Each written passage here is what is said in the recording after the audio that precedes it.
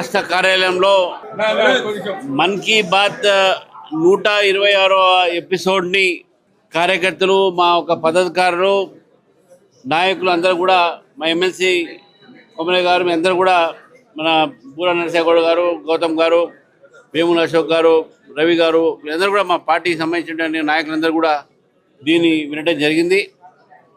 ఈరోజు నరేంద్ర మోదీ గారు చెప్పినటువంటి ఒక ఏ సందేశం అయితే ఉందో మనం స్వదేశీ అనేటువంటి వస్తువులు వాడాలి.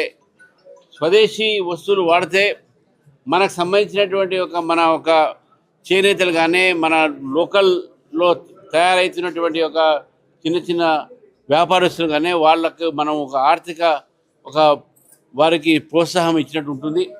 కాబట్టి స్వదేశీ అనేది చాలా ముఖ్యం.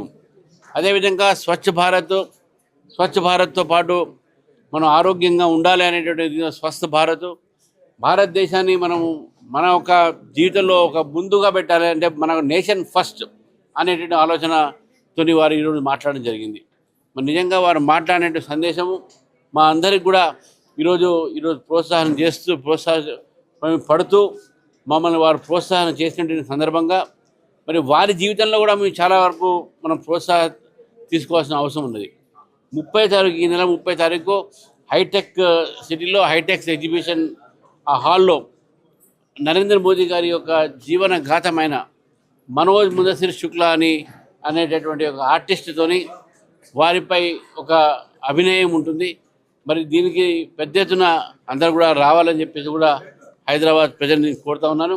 మరి నేషన్ ఫస్ట్ మేరా దేశ్ పహలే అనేటటువంటి ఒక థీమ్తోని ఈరోజు మనకన్నా మన జీవితంలో మనకు దేశమే ముఖ్యము, దేశం తర్వాతనే కుటుంబము, దేశం తర్వాతనే పార్టీ అనే ఆలోచన అన్నంలో పెరగాలని చెప్పేసి కూడా ఈ కార్యక్రమం చేయడం జరుగుతుంది.